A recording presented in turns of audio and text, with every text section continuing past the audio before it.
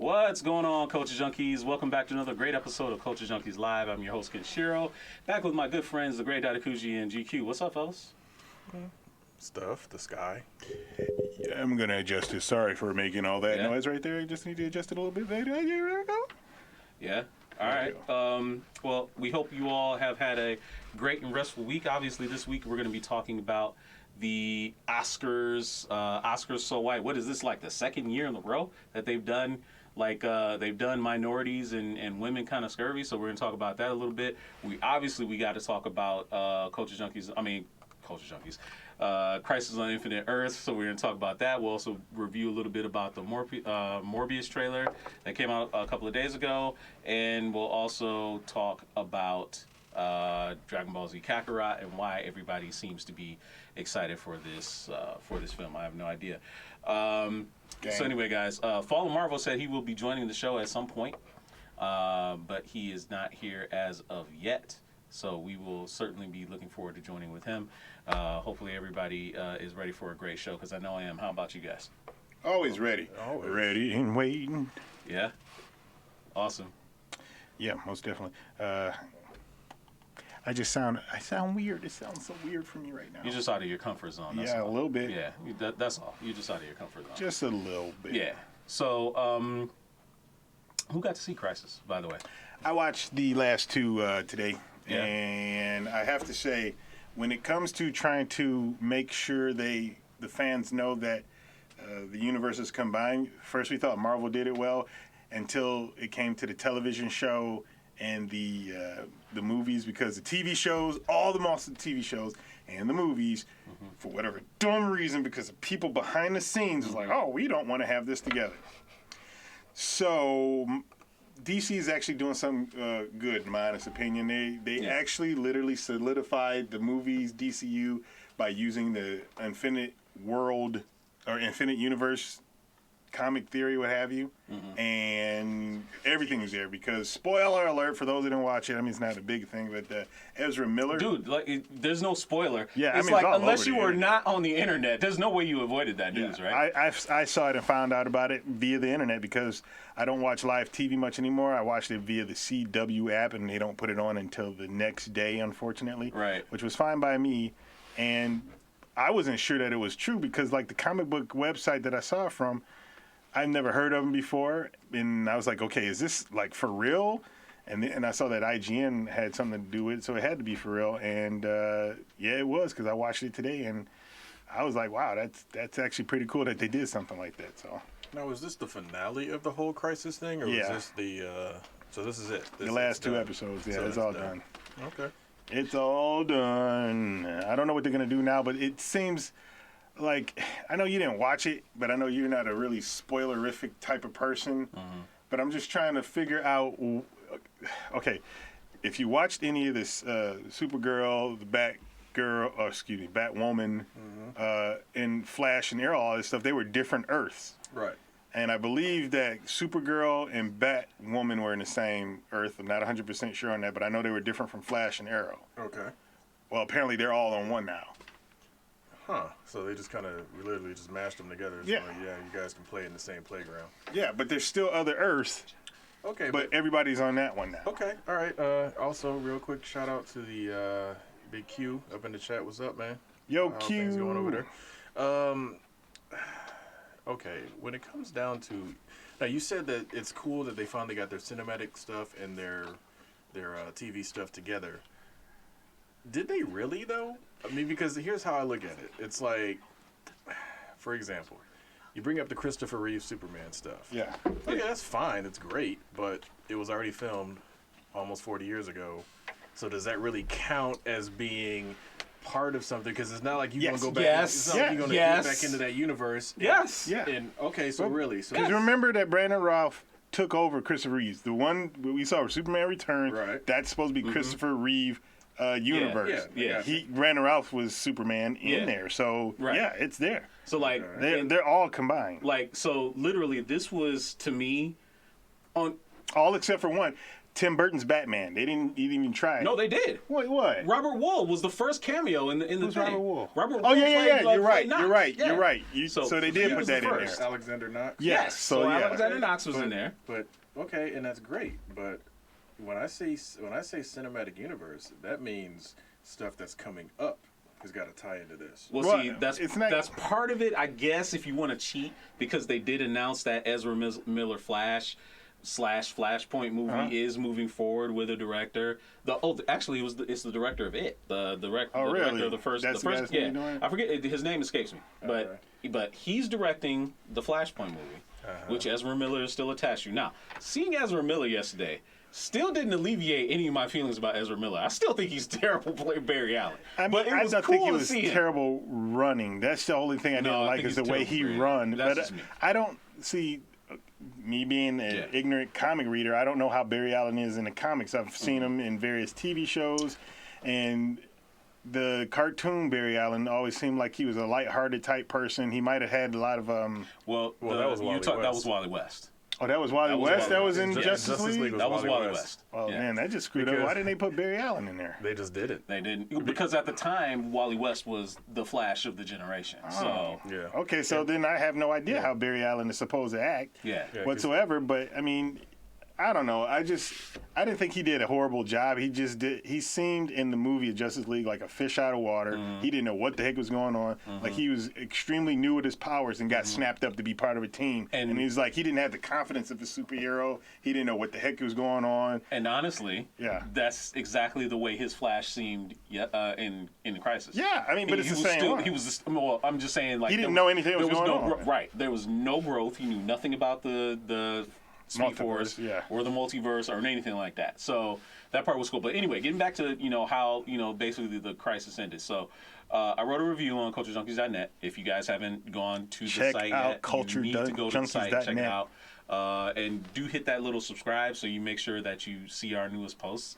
But in my review, I wrote that this thing was probably the greatest love letter to any DC fan, and I mean every DC fan. I mean, they touched everything. Yeah. When I say they touched everything, they touched everything. Like Ryan Reynolds' Green Lantern movie. Yep, in it. that was in there. Swamp Thing. But not the Swamp Thing from the 80s. No, not the Swamp Thing from the 80s, Yeah. which would have been really cool, but no. The Swamp Thing from the DC Universe show, the Titans, Doom Patrol, Stargirl, and the Justice Society of America, they were in there. Freaking Gleek from the Super Friends was in there. You saw a name and You you saw heard, a name and you heard him bouncing around the new Hall of Justice. Yeah. He was in it. because they did do that. The Hall of Justice is in there and all that stuff. And that's fine. All of that was really cool. Yeah. So, okay, but I'll watch to it your eventually. point, no, you'll watch it eventually. But I will tell you this. Even in my review, I said it. Even though The Crisis was a great achievement for DC proper, it still suffered badly, I think, from a lot of story problems. I think a lot of that arose from them needing to squeeze in all these cameos and trying to make it work, fitting it into the middle, like smack dab in the middle of a season of 6 different shows. I give big round of applause to whoever, whatever the writers' room did, because they pulled off a Herculean effort. Like juggling 6 shows, putting in all these cameos, and trying to make it work is amazing.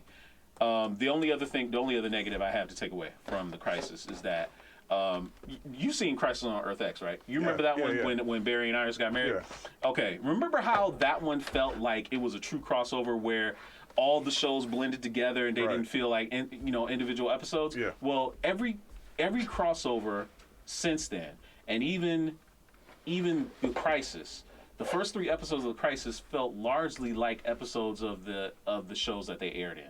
It wasn't seamless. They didn't really merge together. And again, that goes back to the usual issue. But real quick, what's up to Michael Fossback in the chat? Michael, what's up, man? Meow Yin's in the chat. And Yeah. Father Marvel is also joining us. He says it confirms that Barry in the movies didn't have a name yet. Yeah, which is kind of lame, but whatever. Yeah. But no.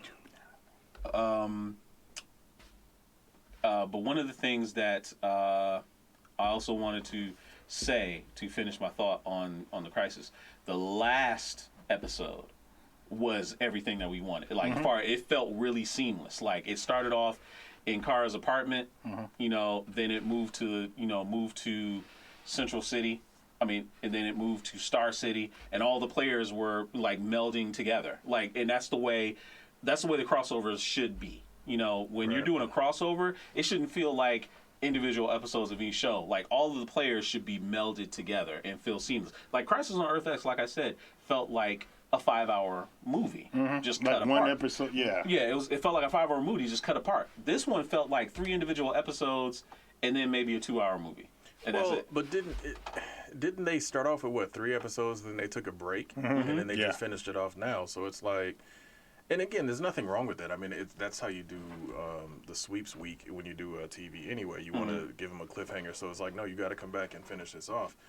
But as far as bringing a bunch of stuff together, I mean, we've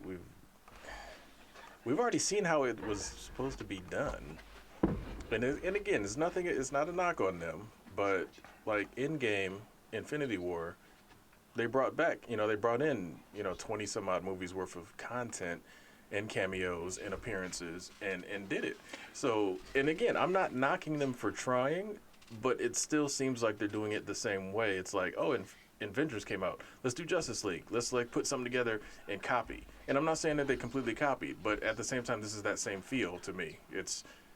They got away with putting 40 some odd heroes in a movie and had 2 movies, and we're going to do our TV version of that. But the thing is, for me, is I can see where you're coming from, most definitely. But and Marvel did it perfectly in the movies. DC could not do it in the movies, and when you watch this, but couldn't they? They could have, but when watching this, they don't need to anymore. And the reason why I'm saying that is because they already established you got multi-universes. And this whole thing, the Crisis of Infinite Universe, is saying that the TV universe is this TV universe. You have various movies are different universes. So that's why they're different. That's why people act different. That's why all this stuff is different. And to me, that's fine. Right. If they're establishing that it's different. Now, to have a whole cinematic universe like how Marvel did it, in the movies at least, they would have to establish that the TV series and the movies is all one, and they can't do that. And that's what I said. I'm fine how they did that now. And this is saying it now. But back years ago, we're like, they're stupid. They should be copying Marvel. They kind of, to me, made up for it a little bit in this way. And watching this still upsets me because Marvel did it perfectly in the movies, but they also had TV shows that they were saying are in the same universe, but then they just, who cares? Because like the whole thing with, it was just like Phil Coulson started in the movie. Who cares? Phil Coulson started in the movies. Right. They basically gave him a TV show, and they're saying that, hey, he's the leader of S.H.I.E.L.D., and this thing is going on. Now, granted, we didn't need to have Captain America every episode. You didn't need Black Widow every episode. I don't think we ever needed him at all, but that's just me. Yeah, they could have come in once in a while, maybe, for like season-ending stuff or something like that. Maybe. I don't know, but they should have still did a little bit more linkage. And the way DC is, now that everything is saying, okay, Infinite Universe, these are all our properties, and we acknowledge all of them. They're literally saying we acknowledge everything, bad and good, because it's a different universe. Yeah. But Marvel is just like, well, and I don't know if they're going to do this moving forward, but in the past, it's like we acknowledge the movies. Yeah, But I did like that part. But Agents of S.H.I.E.L.D. had Nick Fury on there. Yeah, I know. They had And Lady Sith. Sith on there. And then they just forgot it. But at the same time, it's like I'm not I think what it is they were playing the long game of TV is TV, movies are movies. Granted, we can have some linking stuff and things that kind of work together. Because, like I said, the way they worked in Winter Soldier. At the end of like that one Agents of S.H.I.E.L.D. episode, it ran right into that teaser of Winter Soldier. Oh, that was masterful. That was great. Perfect. I liked it. But the thing is, when you run into TV like that, it's like, okay, there's a movie that's coming out this Friday.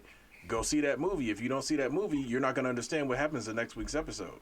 That you run into a dangerous path with that, because now it's like, okay, you're trying to tell your story.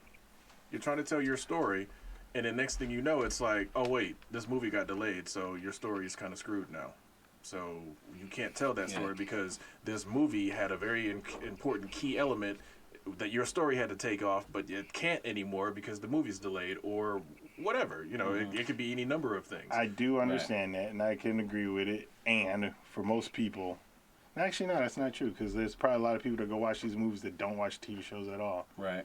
So maybe that's their whole thing. But you know, I'd kind of like a little bit more, as they call them, Easter eggs. They don't necessarily have to be 100% tie-in because, just like I'm saying, how DC did it, it's not tied into the movies. It's just saying that they exist. The acknowledgement is enough. Yeah, I agree. To me, is enough. Yeah, the acknowledgement is enough. So, real quick, you know, Michael Fosback, my friend, you know, from work, is in the chat. He's, you know, alluding to that it was announced today that an Aquaman miniseries produced by James Wan, animated, is going to be on HBO Max. Now, you know, spinning out of, you know, what happened with Crisis, we know that all of the DC Universe shows exist in their own universe. So, so, and also I wanted to bring in Fallen Marvel, who was just joined the show. Hey, what's up, everybody? You're a little bit loud. Back off your mic there, buddy. A little loud, brother. Little loud. Sorry. Little excited. I think he's still a little high from the whole Crisis thing. A little bit. My bad. So give me your take, and then we'll move on to the next topic, man. Well, only minor gripes. One, they didn't give Dinah back her canary cry. I'm still pissed. We don't know that. We don't know that. Hey, she ain't used it as far as I could tell. Okay, so that's until fine. I see That's it, fair. until I see it, she didn't get it back. Okay. Secondly, I think even though like they sort of alluded to that, but now they kind of do. I think it's kind of weird that Titans and Doom Patrol are on two separate Earths. Yeah, So, I didn't quite understand that. That's I don't know if that was an Earths. oversight. I don't know if that was like an oversight or whatever, but I do find that to be a little weird. But aside from you guys pretty much already covered everything. Probably by far my favorite cameo was probably Lucifer. Yeah, that was awesome. That was still my favorite as well. Yeah. Lucifer's cameo was probably my favorite over there. Especially the way he worked Mia. That junk was phenomenal. That junk was phenomenal. I just hope they put Constantine in like a episode in the last season. Just give me one. Yeah, Exactly. Just one. Just give me one. Michael Fosback, you know, had a quick question for us. He's like, anyone think that Earth One Laura will be back post Crisis? Hell no. I think she's done. I think it's still going to be. No. She died. No, she's still I stopped watching Arrow. Okay, so Earth One Laurel died. Yeah. Damien Dark killed her. Oh. And then almost immediately, Damien Dark's one of my favorite characters. he was awesome, dude. I loved him. But And Bison. But Yeah, that too. yeah. I keep trying to forget about that. Anyway, but no, he killed Dinah. I mean Laurel. Excuse me. Keep want to call her Dinah. He killed Laurel, and then immediately afterwards, Earth 2 Black Siren showed up on the Flash, which pretty much just swapped the Laurel that had the canary cry for the one that didn't. Oh wow. Basically. You know, but still wound up bringing in Dinah later on. Yeah, which was weird, but whatever. Quick question Hold though, on, because yeah. I thought, Real quick, go ahead. who the heck was a girl at the last fight that was wearing like a purplish thing and she was shooting like blue waves? Because like, that's Nia Nall, Dreamer, what show is she in? Supergirl. Oh, okay. Don't watch Supergirl either. So Yep. I didn't Also, know out who of she was. the chat, Hand of Omega says showing the Earths at the end was a flashback before the combined world. It says something about listening to the voiceover in the show. No, that's not what I got out of it. Because if you paid attention very carefully, at the end, Earth 96, the Kingdom Come Superman, his S was no longer black. It was red It went and back to yellow. it was red and yellow. So that's not true. All right, so Hand, you got some competition there. I didn't know it Earth, was what they did is they established that Earth Prime contains all of the Arrowverse characters. They're all on one Earth. But all of the other properties, the DCEU, the DC Universe shows, the Green Lantern shows, all of them, they're all separate. They're all on their own Earths. But the Arrowverse is considered Earth Prime now. Yep. Right. Which is fine to me. Yeah. All right, so we're gonna move on to the next topic. Well, real quick before we move on to the next topic, this Friday, Dragon Ball Z Kakarot is getting ready to come out. Is anybody in this? Anybody in this chat looking forward to getting that game? I mean, it looks great. but you I'll played this game. I'll probably play it eventually. I haven't researched enough to want to buy it yet because again, it goes back to me playing so many Dragon Ball games over the years. Let me help you out. And let me help you out there. Did you play Dragon Ball Xenoverse 1 and 2? Yes. Then you played this game. I'm being dead serious. Yeah. I kind of figured, like, I know, like, it's supposed to, like, have, like, all this other stuff in it and all that, and, you know, that's great. Right. But again, I mean, maybe this is just a game for a whole new generation of DBZ fans, I guess. Like, that's been the argument. So, for me, you know, it's not something I'm in a rush to get to because, again, I've played my share of DBZ games since I was in high school. So, not in a rush for me. So. Right. Emofo is joining the show. Evening. Happy New Year to you as well. Michael Fosback brought up, you know, the clip of that the driving game of Piccolo and Goku getting their driver's license. It's in this game. Like, I kid you not, that was the greatest episode of Dragon Ball Z ever. But I think that's the only thing that's going to differentiate it from the other games that came before it is having those moments. But at the end of the day, it's a story that we've all played in other games many times before. That's the main reason why if I were to pick it up ever, it's going to be really inexpensive. I don't really care too much for anime video games. I just don't know what it is. I've just never really. I own a few of them that I've barely played, if that. And the last one I got that's probably the most decent one, I think it's called Lost Paradise, the Fist of North Star one, because it's based on the Yakuza engine. Like, it literally plays like I played the demo. It's like, this is Yakuza with Fist of the North Star freaking characters.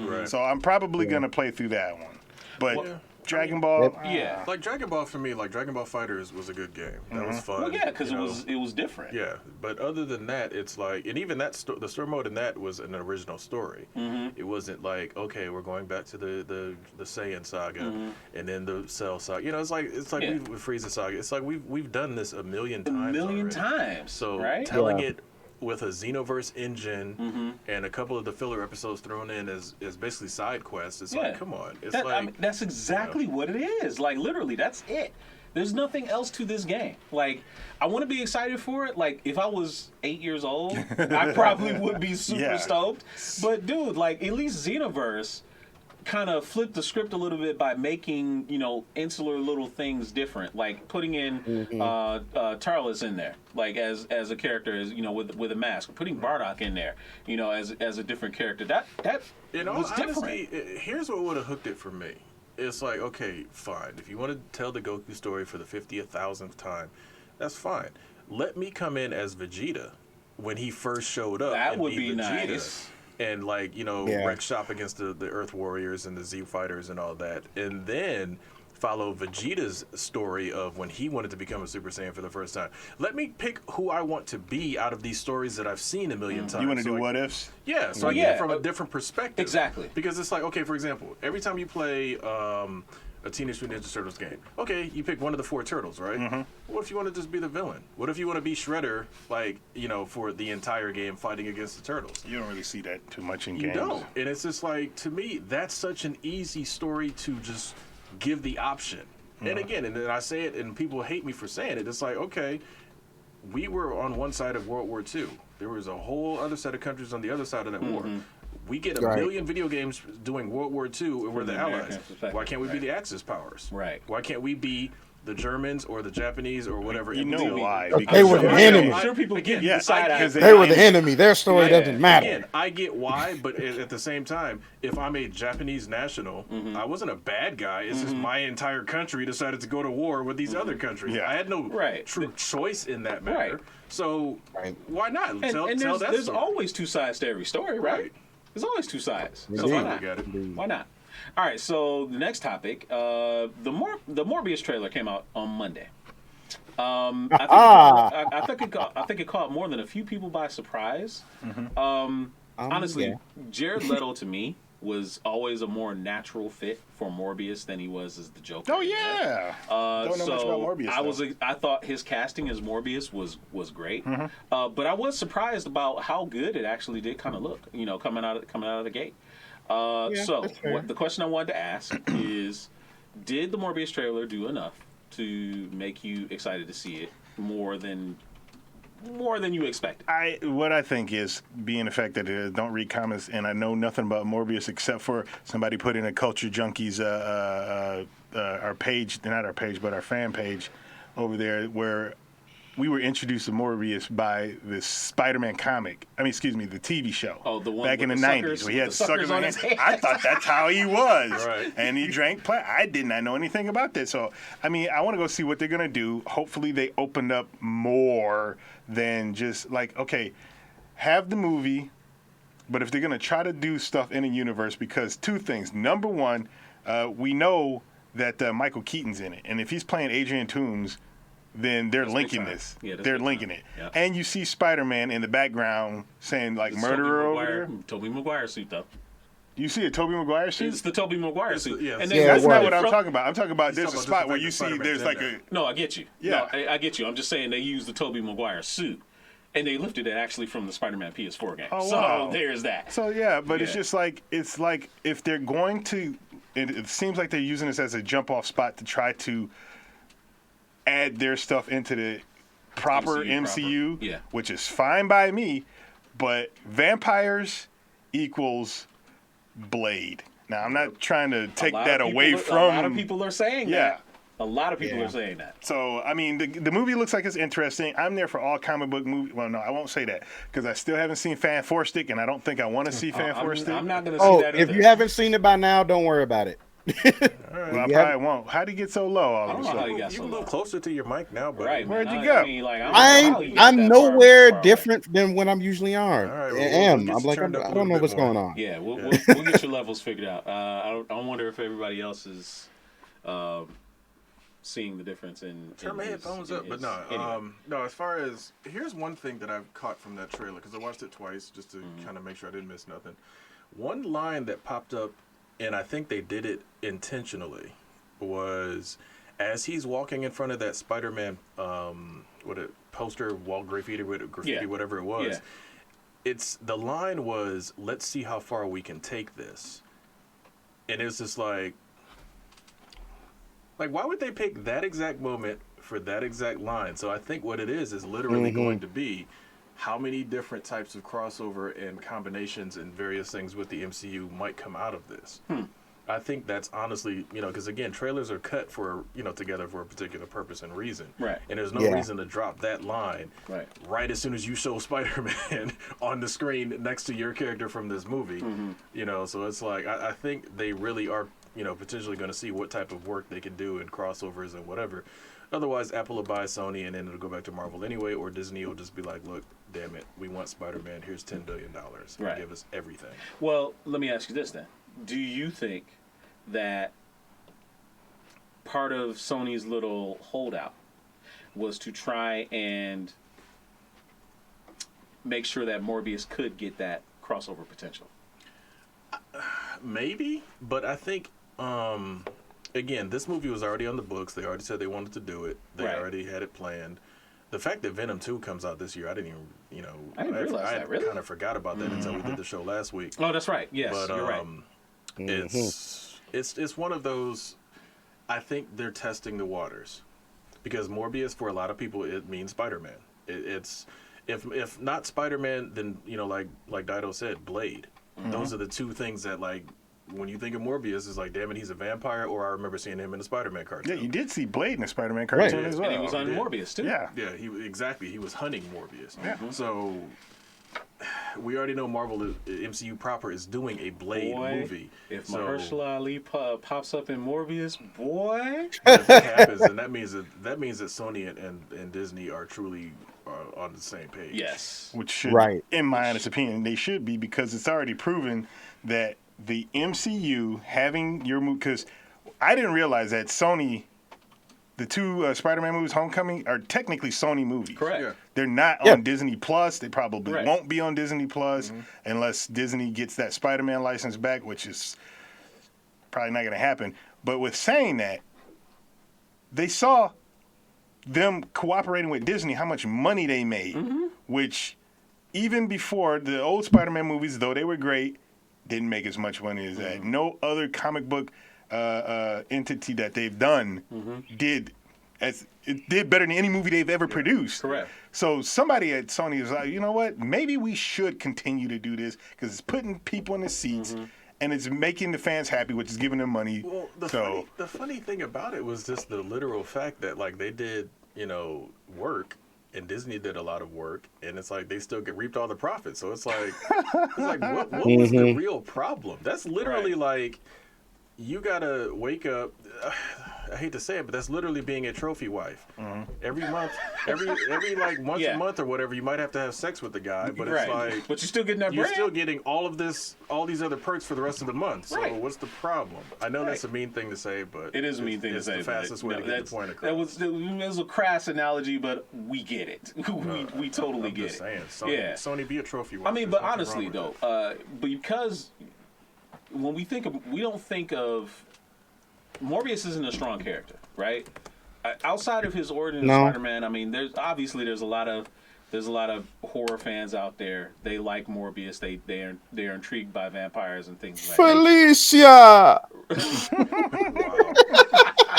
Tony Young in the chat as well. What's up, Tony? No Romanian accent. That's a strike for me. Right, but honestly, Morbius is not a strong character, and I think Sony knew that if they were to continue this Spider-Verse thing without Marvel's involvement, I think they knew they were dead in the water.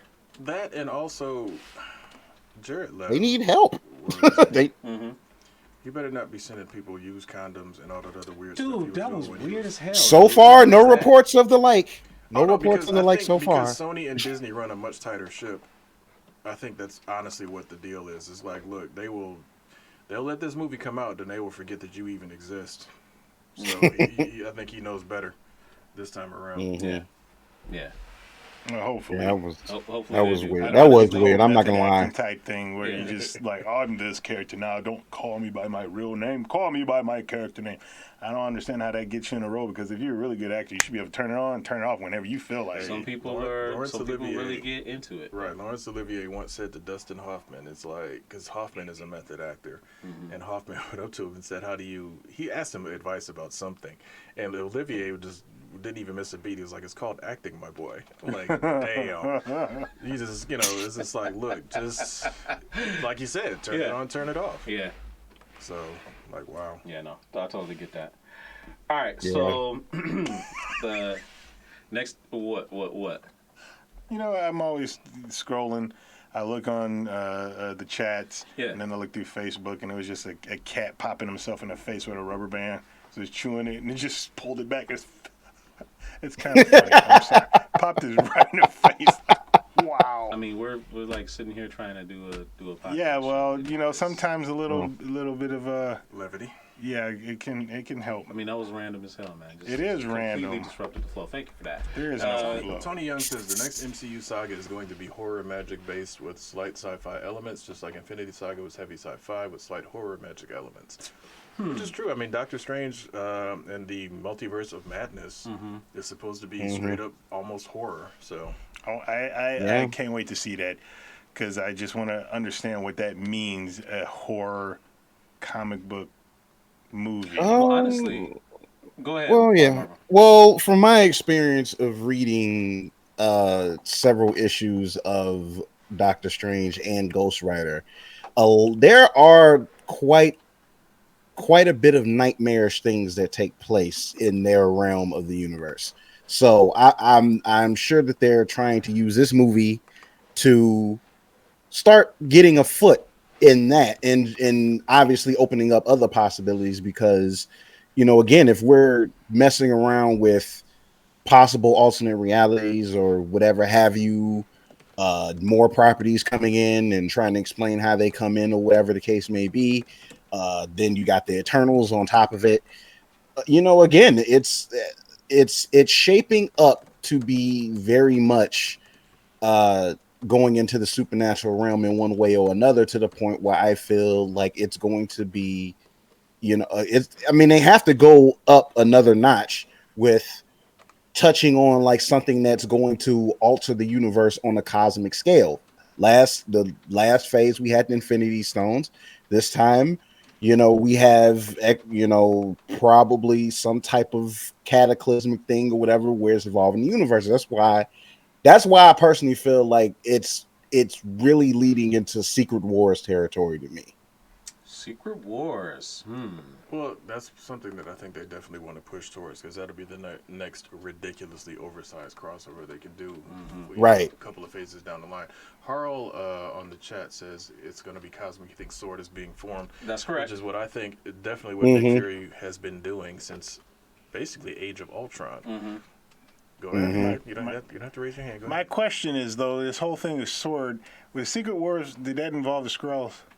No. Which was the one? That No, that was Secret Secret Invasion. Invasion you're thinking about. Okay. The secret part got me. Here's the thing: you can still technically do Secret Invasion. You certainly can. Because everybody's like, "Oh, they made the Skrulls good." No, they didn't. They Not made all of them. They made those Skrulls good. Exactly. Right, know. just a certain sector Right, good. right. let's Because not get these it ones are twisted. peaceful doesn't mean all of Right. them are peaceful. Because the Super Skrull could easily just be a fanatical, crazy Skrull that goes out and gets a whole bunch of people to his side of, "Hey, invade Earth, blah blah blah, do this, do that."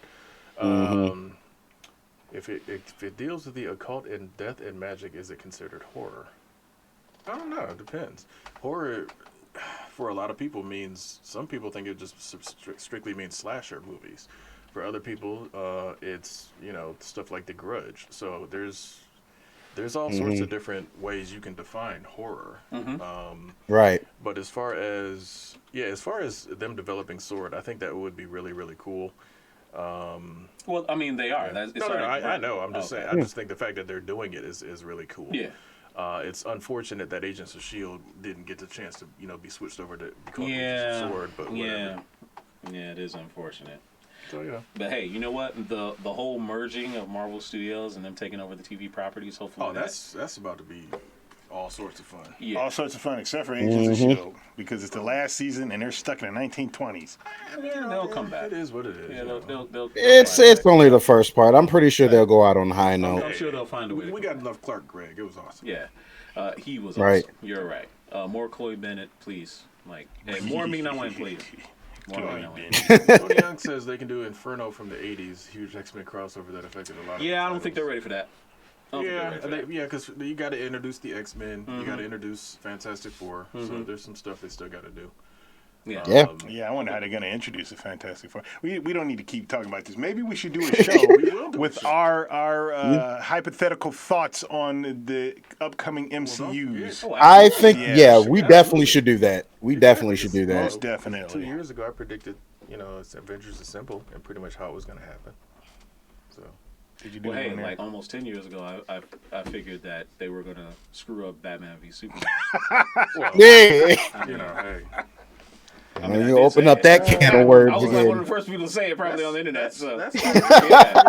So I was like, No, it's I- Warner if they Brothers. gonna They screw know this what up, they- I knew it, and they did. No, it's the Anyway, Warner Brothers. They know what they're doing. They gave us the Matrix. I didn't buy that. I didn't buy that for 1 second. Anyway, Wait, real quick. Carl says Doctor Strange 2 has some surprises in store. The director dropped out after a new writer they hired started major story changes. hey man, Feige's got a plan. Not only that, I mean, how far away is that movie? A couple years? Next year. Yeah, next 2021. Next year. Yeah, it's 21. It's 21. Yeah. Realistically, principal photography will take 3 months, maybe 4. And the rest is going to be special effects the rest of this year. So I think Yeah. they're good. Shang-Chi looking for. Yeah. Yeah. Hands. Yeah. Can't wait to Hands. see that. Yeah, there's Can't going to be wait a to say lot. There's that. going to be a lot. All right, so All right, so the next topic is the Oscar nominations that came out, over on Monday, that right before the Morbius trailer, and it got everybody. Well, I shouldn't say everybody. It got a lot of people upset, unless you were a Joker fan. Like Joker got like 11 nominations. Obviously Joaquin Phoenix got Best Actor. Joker's been nominated for Best Film. But, a lot of people are upset that, a lot of minorities were left out. A lot of women directors were left out. Some really quality movies that were made by minorities were kind of overlooked unless you count Parasite, which is a foreign film and has always seemed, there's always a darling foreign film in the Oscars nominations anyway. But the question I wanted to ask is, why do the Oscars matter so much to genre entertainment fans? Because, let's be honest, right? They don't care about us. No.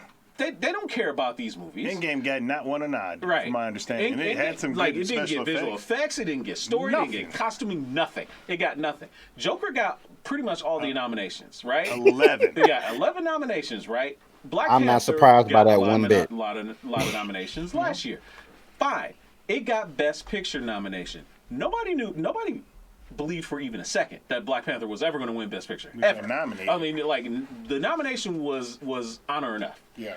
Same thing Right. with Joker. If you think Joker's going to win Best Picture, you're smoking something. I sure hope Like, it for real. doesn't, because I don't think it was the best. It was It not wasn't a the best bad film. movie. It wasn't the best I- film. It wasn't. But it wasn't the best movie. No, it wasn't. And I know I It was not. probably haven't seen the best movie all year because there's Right. a lot of them that I just don't go to the theater to see anymore, though I would like to watch. But no, it's not. No, it's not. Absolutely, it's not. And honestly, no one should, unless you live. And I was getting in an argument with this about some people on the internet. Unless you live in a complete genre entertainment / superhero bubble, only we think that Joker or Black Panther is real Best Picture material. Unless you watch these other films and some of the stuff that they cinematography wise, storytelling wise, acting performance wise, that they've done in these other films, and compare it to what we've gotten, these films aren't going to win that. So why do we care so much about the Oscars? You take it. Real quick, Q said that Endgame got Best Visual nod. Win. So Okay, Oh, I it mean, did? well, You got- good. Okay, good. They got something. Glad about that. It got one thing. I think what it is for some fans is they want the legitimacy of being considered for an Oscar. Their particular genre, the stuff that they like. Because don't forget, when we were growing up, Star Wars, Jurassic Park, any of those types of movies always got nominated for what? Visual effects. Or Visual effects, yeah. soundtrack, Or editing. soundtrack, You know what right. I'm saying? The technical Right. stuff. Yeah. That was all they would ever get the recognition for. For us, it's like, look, this stuff is great. I don't, it's like half of the movies that get, picked up for Best Picture is just like, okay, I guess. Right? If you're Yeah. in that sort of Right. If you're into that kind of Right. to me, the Oscars, because the Oscars is extremely political. The Oscars is a bunch of old people judging these things. And it's just like, okay, that's fine. But at the same time, it's like, okay. I lost faith in the Oscars when Shawshank Redemption got basically swept over by Forrest Gump. I saw both movies. Both movies are good. Shawshank Redemption destroys Forrest Gump as far as just being a great movie. The story is freaking on point. The movie is touching. It's like you laugh, you cry, you feel this dude's pain. Forrest Gump was like... Forrest Gump is just basically Tom Hanks' tidal wave of Oscar nominations and just keep on pushing. That's all it was. Because it's like, if you really look at Forrest Gump, what is so great about that movie where it's like, dude, I can watch Forrest Gump every single time it comes on? I think the one thing that set it apart, the one thing that set it apart, two things, excuse me. One, Tom Hanks' performance was incredible. It was good. It was really good. Was it? It was good, but okay, was it his best? No. No. Philadelphia was probably still one of his best. Yeah. ever. He won an Oscar for that, too. Yeah, he Philadelphia won for was that. amazing. But I'm just saying. Okay. So the way he transformed himself in Forrest Gump, and the way he acted, okay, fine. He was charming, and people loved him. But the visual effects, the way they were able to insert Tom Hanks into scenes with people that have been dead for years, was another thing that kind of made people like, give them what? give them an effects Oscar, which they probably got. Yeah. You know what I'm saying? Give them an Right. effects Oscar Yeah. because of the technical standpoint. But realistically, what you just said basically brings me all the way back to Tropic Thunder. When he was telling him straight up, it was just like, here's why Simple Jack didn't win. You went full retard. Never go Sorry full for the retard. PC police, but this is a quote from the movie. That's what he said. Yes. He went full retard. He's like, Forrest Gump. He's like, Simple Jack. Completely retarded. You can't do that. You can't do nothing. You was moronical. You can't do nothing with that. You go back to Forrest Gump. Was he was a little bit slow? Yeah. He was a little bit, Trying to pants off Nixon? But he was, he bombed Right. the president twice. Yeah. I was like, so Tom Hanks, realistically, when you look at that though, it's like, okay, put a little bit of Southern drawl in there and slow down his speech. That's what he did. Life is like a box of chocolates. It's like, dude. Again, not knocking the performance, Right. but Tim Robbins kicked his ass in Shawshank Redemption. Yeah, he did. Sorry. I Morgan would Freeman agree with kicked that. his ass Yeah, he in did. Shawshank I agree. Redemption. I'm sorry. I agree with that. My thing I got to I ask agree. about Tom Hanks, because I don't know if it was the Golden Globes or the Oscars, because I was looking at the nods or whatever for Mr. Rogers movie, whatever. Yeah. But he was being nominated for Best Supporting Actor, and I was like, because the movie is actually told from the perspective of the reporter. oh, okay. No, I didn't know that. I was going. That movie. I was confused by that too. Yeah. I was confused by that when I first saw that. Like Q brought up something in the chat earlier. He says he thinks Joker is best pick, but it won't win. My money is on 1917. Mine is too. I thought that came out. No, 1917 came out. Wide out. release was this year. It came out just in time last to year. get the Oscar nod, and that was strategic on their part. They knew what they were doing. Yeah, there was one of basically one of the last movies released. Right. So last one in your mind is the first one. So on to me, right, if someone says that to me Joker is best pick, but it won't win, then it's not the best pick. I agree. See, I don't know. Like I'm just willing to say that Joker might be like, and this is no pun. Well, actually, it is a pun intended. The Joker might be the wild card. Okay. Like I will say that. Like I know, like because the thing is that, like, again, we know how political the Oscars are, and just giving how much had went around this movie with, it's supposed to incite this and all that and the controversy and all that bullshit. Anyway. It definitely was. So it's just like it stands to make me believe that it's not, whether it's a slim chance or not. I just feel like it just might be the wild card to just take it randomly, because it wouldn't be the first time that something has gotten an Oscar and you're thinking like, how in the hell did that happen? Yeah, well, that's true. Like it's like it's happened too many times in the Oscars for me to just completely write it off. Like Black fair. Now even with that being said, I did not expect Black Panther to win. But I still kind of had that same feeling that, like, okay, this could be a wild card for it to happen. It had the chances more than likely not.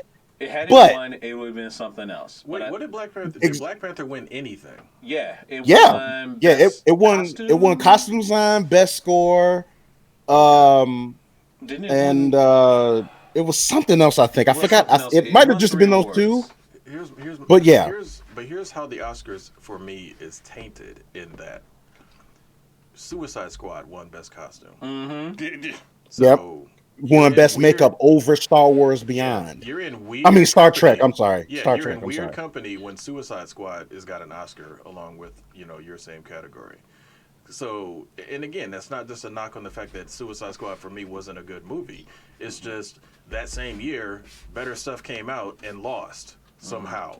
So with the thing is with the Joker, people love seeing the Joker get an Oscar.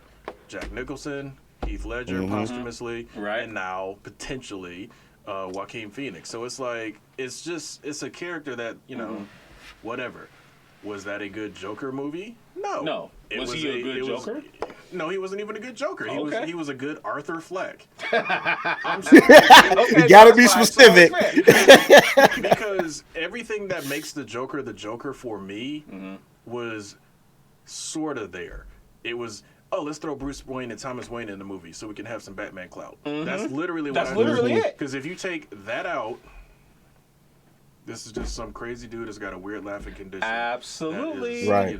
Whatever. That's always been my thing about this film. Right. So, I mean, and again, the Oscars don't mean much to me anyway. It's like really what it is it's a thing for actors to pump up their resume and get more money next time they do a film. It's a thing for directors to do the exact same thing. It's a thing for studios to have to slap on the DVD case or the Blu-ray case or, hey, blah, blah, blah. Or Oscar-nominated director, so you're going to want to probably see this movie. Or Oscar-nominated actor. Or Oscar winner. Or it's like, dude, it's Morgan Freeman. Morgan Freeman does good stuff. I'll go see Morgan Freeman movies if it looks interesting to me. I don't need the extra Oscar nominated or Oscar win. It's like, dude, I don't care. If I'm ever in a movie, I'm gonna be like, look, damn it, put Oscar hopeful. Possibly, I would love to get one.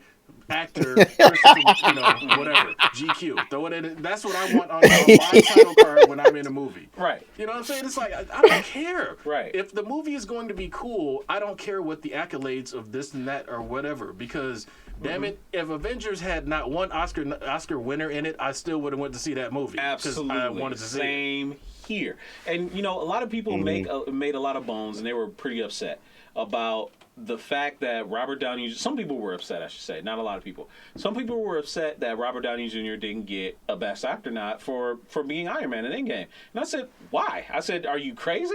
I was like, what did he do in that movie that was that special? Nothing. He died. He died. Okay. That's So they say, oh, well, he should get it for cumulative playing the same character for 10 years. I'm like, are you nuts? Really? It's like, Yeah. no, Nuts? no. Where's the one for Sean Connery. No. Sean Connery did Bond for a little while. Right. He ain't got no. He doesn't have like tenure and cred like Mark Hamill and Kevin Conroy. Damn it. Uh-huh. Those two guys. Right. Batman and Joker. Right. So Right. I'm just saying. Right. No, you're right. So- But it's like you look at, they don't give, Oscars are usually granted based on merit, right? You have to earn it, like you have to perform in the movie that you're in order to get the nomination and to get the win, right? Nothing Robert Downey Jr. did in Endgame was Best Actor worthy.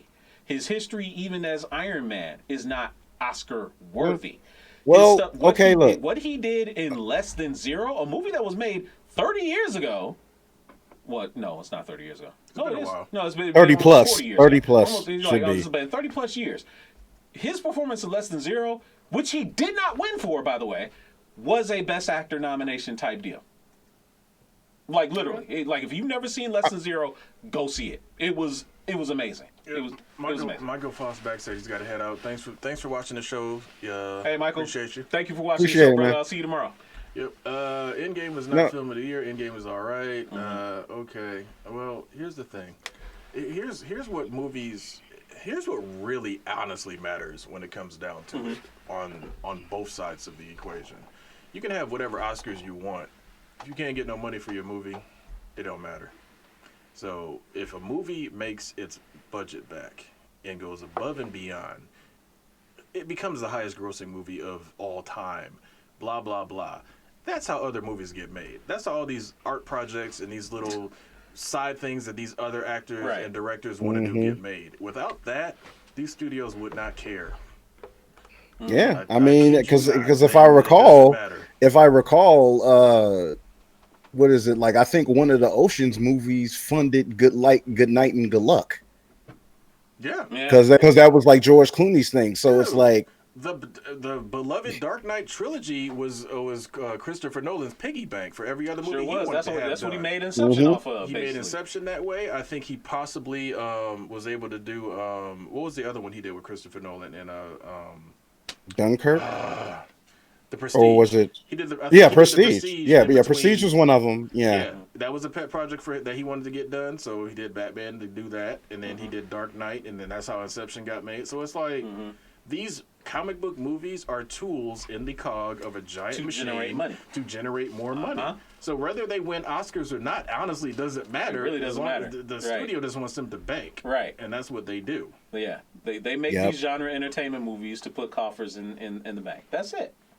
I mean, we can put coin in the coffers. So again, we're right. as genre fans, we are the cold, dark hand behind the curtain that does all the actual work. That props up Hollywood, basically. Yeah, we don't necessarily need the accolades. Right. So again, if the Oscars really don't matter, why do fans bother getting all up in arms when their favorite genre entertainment movies don't get nominated?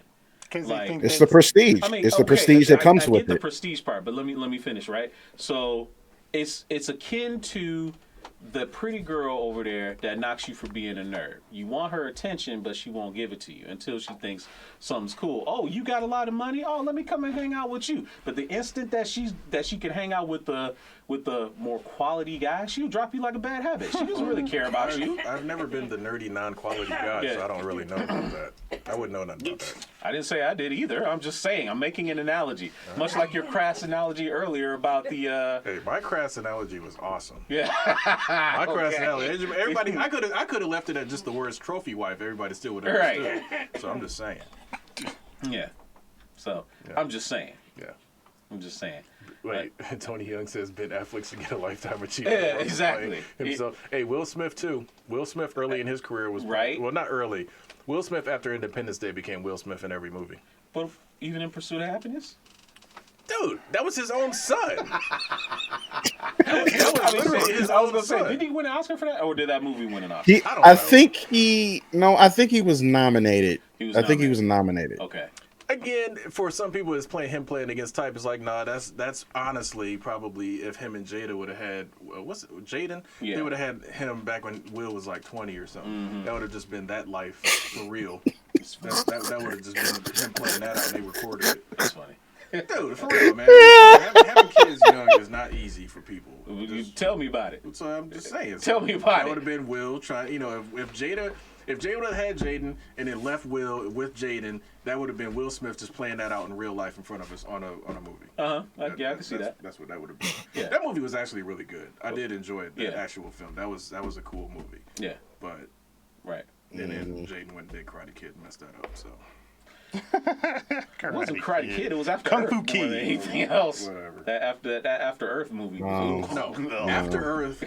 After Earth did it. I agree. See, After now, Earth After Earth did should have got an Oscar just to mess up the whole. Wow, the whole, really? The whole. Wait, After Earth was that a Uwe Boll or was that somebody else? No. No, that was M. Shyamalan. Night. M. Night Shyamalan. It was a Shyamalan movie. Shyamalan. Here's the thing. He did great in Sixth Sense. He did. Absolutely great. Unbreakable. Unbreakable was amazingly cool. Mm-hmm. But God, dog, if you don't have to have a twist in every movie.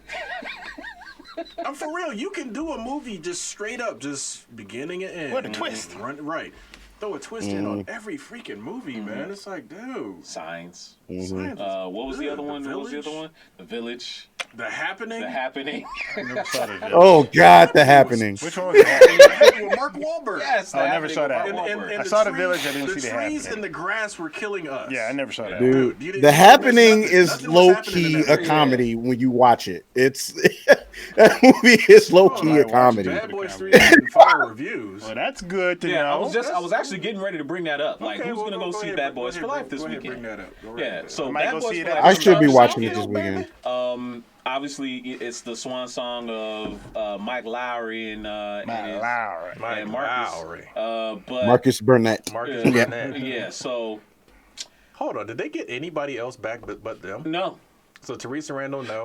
no. Teresa Randall. I don't know. They said her name. They- I don't they know if she's in mentioned- there. He mentioned his wife. Yeah, he mentioned the wife in the van got all messed Yeah, up. got messed but up. I don't know if she's in it. Yeah, I don't know if she's in it. He had kids, so them kids is like They gotta be beyond grown. college age now. Right. That was Like here's she the might still be in it. I mean, like I'm pretty sure, like it's not like they had huge roles in the last two movies. What's my man's What's name? what's my the lieutenant? Yeah, what's he's his back. name? Oh no. Joe. Oh, yeah, he's Pesci, still there. They couldn't. They had to have him. Yeah. They wouldn't have no movie without him. Hey, I'm sorry. You know what? Cap If they, was awesome. if they found some way to get John Sally back, be in parole, That would be that would be awesome.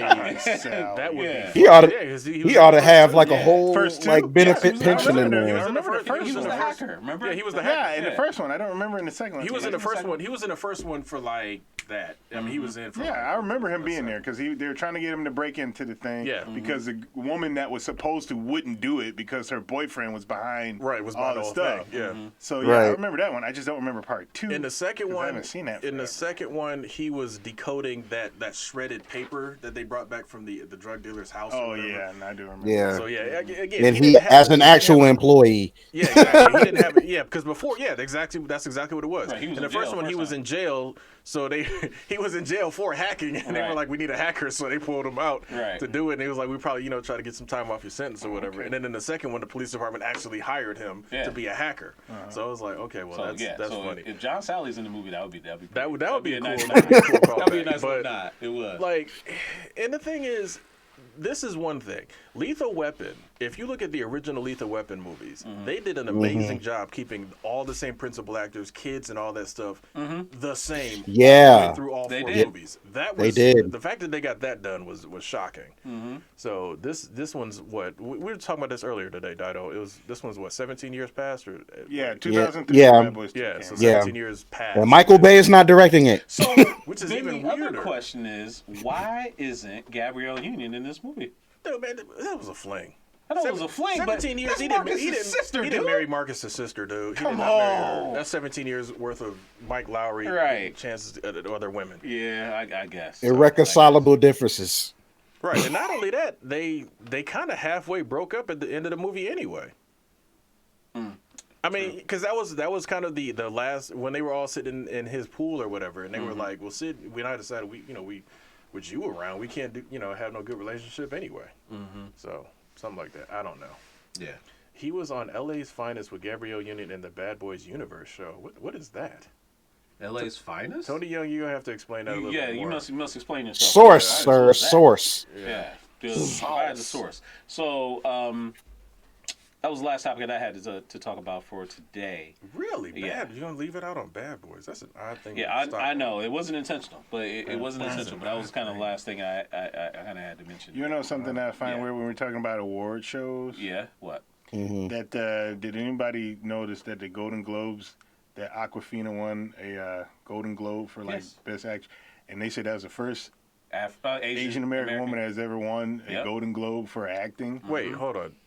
Did you say Aquafina? Aquafina. I thought you meant the water. I knew he was gonna say that. No, but seriously, when you said that, I'm sitting there trying to follow his train of thought. Like Aquafina. I'm just listening, and he's like, did you know during the Golden Globes that Aquafina won Best Actress? And I'm like, what? Yeah, she's bottle of apparently water? she's A an bottle of actress water? slash She didn't rapper. get nominated for an Oscar, which I Yeah. was like, I Well, always, yeah, that's 'cause part of usually what that's how people it goes. are so upset about. Yeah. Is that a lot of these people that won Golden Globes for prestigious honors were completely overlooked. Like she didn't even nominate. Yeah. Well, and that's that's what I because find they is wasted odd. all them nominations on Joker. The- I'm for real, dude. I mean, And again, well, you know, Joker didn't get nominated for any women. And Dude, Jennifer Lopez didn't for Hustlers, and a lot of people were saying that she was. Really I like good. Hustlers, but I don't know I if still that haven't was seen like it. I a want to see great. it. But no, they're just saying her performance. The performance was good, but I just don't know if that was like even a best, thing to be nominated for. It just didn't. I don't know. Like, for me, it's like when it comes to her acting, like to me, it just feels like she just never was able to recapture Selena to me. It's like Selena yeah. was it. yeah, Selena was the best thing. If Jennifer Lopez didn't get none for Geely, then she ain't gonna get none for anything else. I'm just saying. Yeah. Really? We really had to break Terrible. for Geely. That movie was terrible. Ben Affleck and Jennifer Yeah. Lopez. That movie was. Geely. That movie was. Just, That's the Oh, movie that broke goodness. them up. Remember? That was the movie that broke them up. Anyway, my thing is. she probably looked at me like, "Man, you look what you did. You But like the thing is, it's like you killed my movie. I'm breaking up with you." I guess, but I mean, then he got together with what's her name from Daredevil though. Yeah, with Yeah. Jennifer Garner. And Yeah. then, He then went she's- from Jennifer to Jennifer. Right, he Right. off Jennifer's, and then all of a sudden He she's has a doing type. like Capital One commercials or something. I think. without him. Yes. Well, he wasn't in any of them anyway. Well, no, I'm just saying like she became a successful pitch woman. Well, I mean, what's in your wallet? I mean, I get it. It's Right. like Hey. she's making her own money. She was already a cool actress anyway. Funny Alias looking was still forehead, was though. she was. Alias was still a great show. Yeah, Alias was awesome. Yeah, Alias was an awesome show. So Gabrielle Union is too busy with Jessica Alba on Jessica LA's, Alba needs to you know what? LA's Skip that. Finest. Jessica Alba needs to come back for Machete Goes to Space or whatever that third movie is a supposed cop to be. series on it was a cop series on Showtime. She's playing the same character she played in Bad Boys 2. Oh, so wait. Really? Literally Oh. so she's Oh. Sid on that show. Yeah. That's It Jesus. is. It is. It is She a was Bad Boy DEA spinoff agent. series. What's she got to do with being LA's finest? She was a DEA agent. Maybe she got And they demoted. I busted don't her know. down to a cop in L.A. No, but she busted Johnny Tap. Well, she helped. Well, She got kidnapped, it says taken this. Cuba, though. It says that she's ex DEA agent transferred to LAPD. She's There it special is. agent detective. That's apparently a step she- down. Yeah, that is a step down, man. How you go from federal I don't to know. city? Right. I don't know. Maybe some whatever, dude. maybe some messed up. I don't. Hey, who knows? All we know is that we see Probably that because they had she. Yeah. Here's the thing. This is how I would have started off the first season. Like, damn it, we had to pull your ass out of Cuba We ain't even supposed to be in Cuba. We had to send your brother down there with his crazy partner and their whole squad, Right. and some spies that wasn't even supposed to be out there on that day. They were supposed to be over in Jamaica getting some stuff done. But we had to go save you, and international incident. It's like you almost caused the international incident. Damn it! I'm not gonna lie. As convoluted as that movie was, that whole the lead up to that scene, and I even made a video about it as like best just cool movie moments. That was a cool lead up to that scene. Yeah. It's like it was just like no words. His whole their whole team knew hey, something's about to go down. We're in. Let's go. I was just like, okay. And even the captain, rode them the whole movie, was like, hey, I called in a favor. Don't even ask. They're spies. Let's go. I was like, dude, that stuff like that, I like that in movies when they don't have to go through the whole ridiculous explanation. It's like, nah, these guys have been working together all these years. They got each other's back. Let's go. Start the action sequence. Right. So, I like stuff like that. Yeah, that part was really cool. Oh, man. Tony Young, top fan.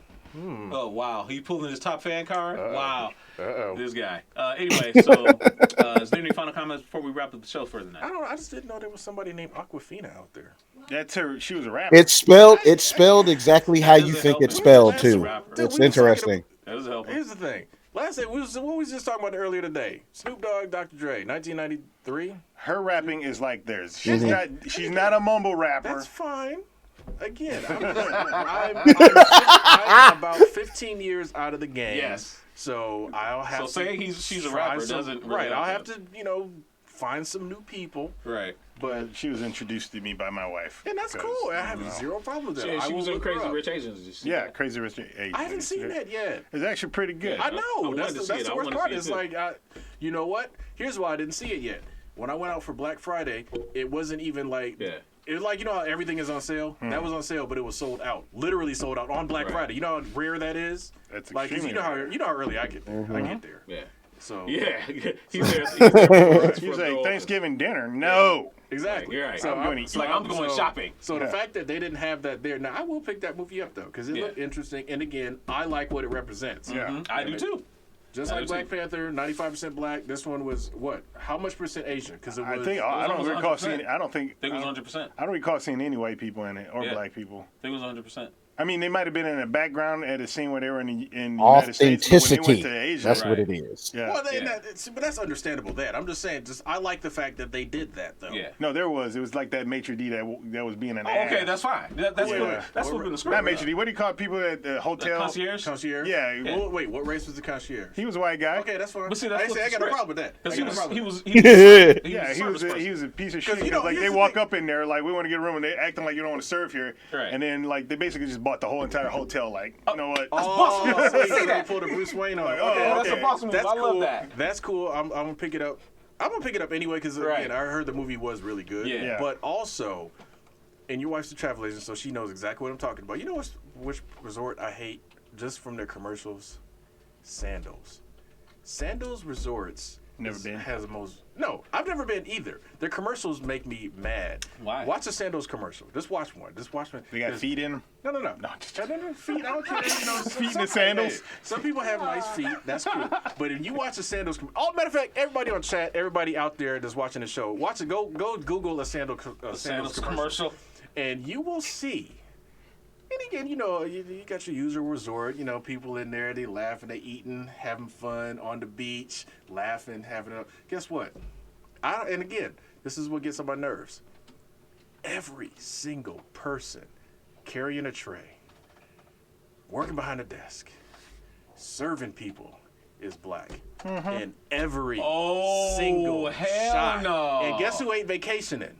Black people. Nobody No black is people. like, No, bro. None. Are Not you serious? one. And I'm just sitting there, and I'm just like, I'll okay. never go there. And I'm like, and again, it could be a possible fluke. And because it was the first time I saw it was like, how they got them late night, commercials that come on. And it's just like, dude, I'm trying to find something interesting, and then here comes this commercial. So I'm like, okay, the first one I saw was like maybe 4 years ago.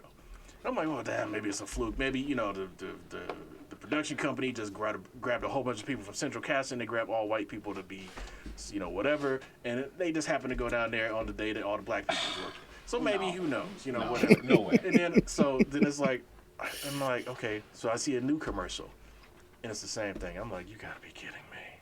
So I don't know where Sandals Resort is located. Yeah. Maybe it's like deep Caribbean, and maybe that's all the people that work there, period. Who knows? Right. But damn it, pull one of them out off to the side and let them sit there with a suit on or a polo shirt and sit there and then sip on a daiquiri, damn it. Just at least one of them to sit there and, something. Give me something. Just a little something.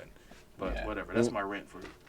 That's a pretty good one. And thank you for that enlightenment because I don't think I'll be vacationing at Sandals Resorts at all. I've never been to Sandals. I mean, but that seems like a very conscious decision to actually pull nothing but white people and cast them as vacationers. Now here's the thing. Now Sandals, you want to throw some money our way for the agreements. Whatever. Dude. Or no. Hold on. Listen, hear me out. Mm-hmm. Invite us down to be in the next commercial. Okay. Sitting there sipping on daiquiris, playing shuffleboard. Actually, I don't play shuffleboard. I'll play volleyball. You're not old enough. Exactly. I'm not old enough. I'm not old enough for no shuffleboard. But damn it, you know what? Bring me down there. I'll sip on a daiquiri. I'll let Dido and me and his wife be out on the volleyball court playing volleyball or swimming in the pool or whatever. Damn it. There's a little bit of diversity in the commercial next time. Just a little. Right. Daiquiri or some freaking drinks. You be laying next to the pool playing Switch. Nah, Yeah. Yeah. No, I can totally Come see out that. with me a IP, what they call IP69. But you know what? Who you playing too, right? He'll be playing Binding of Isaac. Isaac. I didn't play the Binding of Isaac today, though. He'll be playing it that though. was today. Okay. Yeah, Today I that's didn't the play day. it. Okay, you sure you didn't wake broke up the like streak. last night in the middle of the night playing it? Right. No, I didn't sleep. can't I sleep. got a I gotta play game. some Binding I of got a Isaac. game saved. I started it, but I didn't finish it because it allows you to like exit out and continue pick up whatever. But I played it today. I was playing Raging Justice. So hold on. When did you suspend that game? Was it suspended sometime after midnight?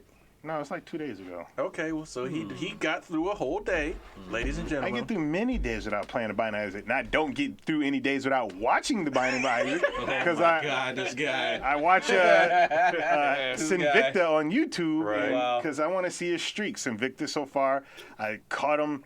He's like 657 wins using Eden. And I'm just like, that's impressive. And I'm watching it because I'm picking up tips and I want to see him lose. I'm not saying I want you to lose. I just want to see when it happens. You want to see the train wreck And it's when it probably happens. not going to happen because I've seen him. Wow. Well, I mean, again, hey, you never know. He might lose on the day that you say he loses.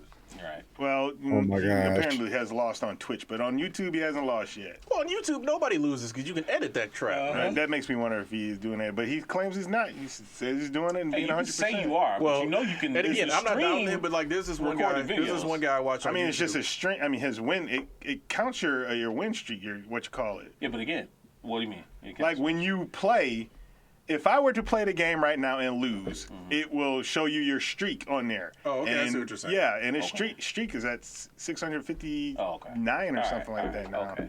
Then I can't. I guess I can't accuse him of cheating. I mean, the only thing I can think of is doesn't he look has like 2 he's backup saves, and if he loses, you just load up that save somehow. There you go. So There you go. I don't know, but people have accused him of cheating. He's probably not cheating. He's probably being legit. But I'll say one thing about him: he could play a fucking video game and talk at the same time to like he's talking to nobody. It's amazing. That's a talent I need. Some people can walk and chew gum. It's a gift to gab, man. I can watch him chew gum. I just It's can't. unbelievable. Did you just say I could watch and chew gum? No, I said some people can walk and chew gum. I think I see watch. You and said chew gum. watch. I said walk. No, not you. No. He Oh, said I watch. can You watch said and chew watch. gum. No. You sure? Anyway, guys, it's been a great show. We hope you all enjoyed it. We're going to go ahead and wrap up the show and get out of here. We'll be back next week, Wednesday, 9 p.m. Eastern, 8 p.m. Central. Another great episode of Culture Junkies Live. You know, it's like we've got 4 weeks until episode 200. Oh, We boy. need to figure Tell out. your friends. Yeah, we need to figure out what we're going to do different for episode 200. That's like 1 month away from today. Like, so any early plans for 200? Like, what could we do different? Early plans. Like any early ideas for what we do for 200? Something that I don't know that could just be a little bit different. Y'all go commando. Or We can get something. some banana splits. You know what? No. We can get some banana I'm splits. gonna say no right now to that. No. Banana I'm not gonna do splits. that. Banana split. We can eat banana splits on the camera. I like that. I can do that. Get some banana I splits. can do that. You're gonna pick the messiest possible With food. some sprinkles. Hey, look. No, I'm Just because joking. it's a messy ice cream confection doesn't mean we're going to be messy eating it. Look, I'm not messy anyway. So that's what I'm saying. So you know, talking so about we can some eat other banana folks, splits. like from- like a Mr. Super Nerd. Yeah. He a We're messy gonna get eater. him a bib. I'm only saying that because I love you, brother. Right. But he a messy eater sometimes. Right. So So like for the 200th episode, we get all of us in here, like the Super Nerd, the three of us, Mega Sean. Mega Sean, yeah. Yeah, get Mega Sean. Maybe get Josh to come in if possible. Maybe Miao Yin will join us, from remote, just like Fallen Marvel would, for a 200 episode, and then we could, all eat, banana splits and like go into ice cream comas or something like that. I don't know. Well, I'd be here, so Awesome. I ain't got no That issue sounds- with that. That sounds good. That sounds Good. And Marvel and DC are off limits for that show. Right. So what else?